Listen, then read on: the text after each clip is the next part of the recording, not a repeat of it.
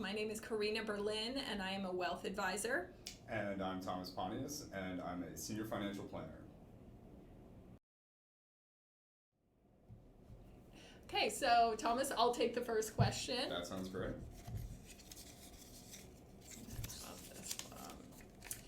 Okay, how can you talk to your kids about how money works?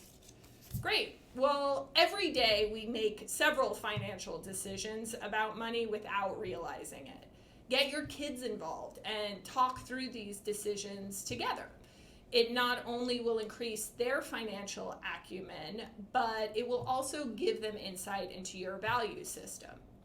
Start small, like at the grocery store. Ask them to find out how much their favorite cereal costs. How much could the family save in a year if they were to switch brands to the store brand cereal? Is there something they would rather do with that savings?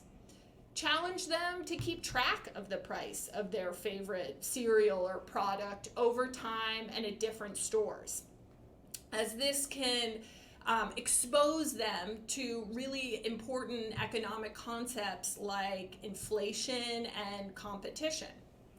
You can also talk them through how you paid for the groceries. Why did you use your credit card versus your debit card?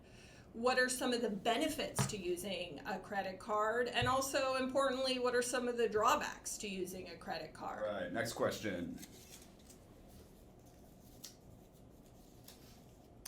What are some tips to teach my kid about budgeting?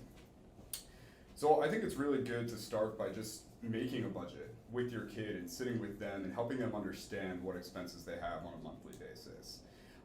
From there, depending if your kid has a job or not, you can talk about how much they're earning relative to that, how expenses are going to go against that income, and what they can save at the end of every month.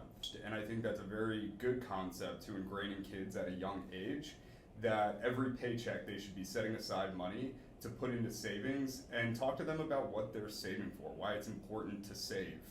I think it's also important to set up discretionary expenses versus non-discretionary expenses and talk about the difference between the two, the needs versus the wants. I think this opens up a great conversation about investing, about how saving money can help them buy things down the road like houses, cars, or whatever it might be.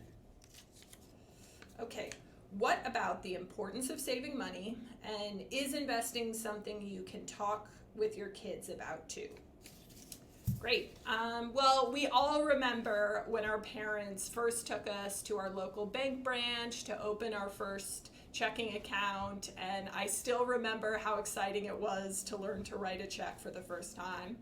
I believe that's still a great introduction to our banking system, but there are some newer ways to expose kids to the benefits of saving, investing, and the power of compounding.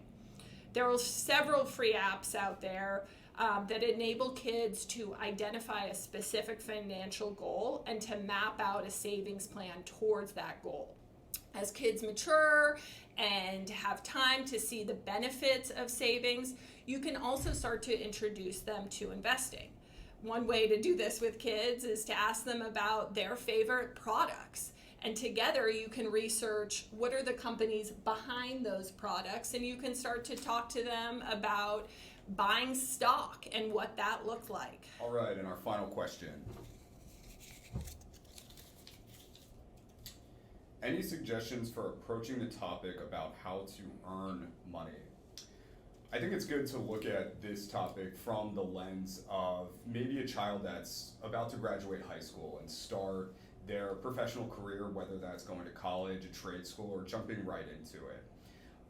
So when a child is evaluating, what they want to do with their life, I think it's really important that they understand, the potential investment that they have to make to take on that profession, but also the salary implications of a lot of that too.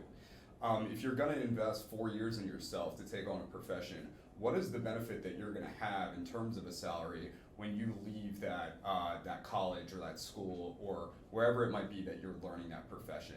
And understanding the different professions that are out there. Obviously, it's a major investment to do 7 and 8 years of school to become a doctor, but your wage potential is much higher. At the end of the day, it's not what you make, but what you save. So I think it's very important to understand the trade-off between the investment you're making into a profession and the salary that you could have from it.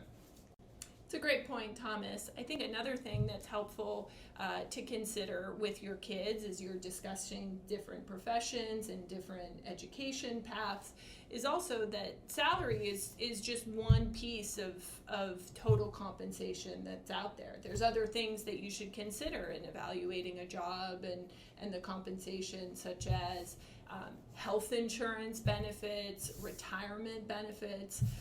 Those are really important in addition to just the salary piece. Absolutely. And a great way that you can facilitate that conversation is if you feel comfortable and you feel like your child is mature enough to talk about your own job and the different high-level pieces of your own compensation.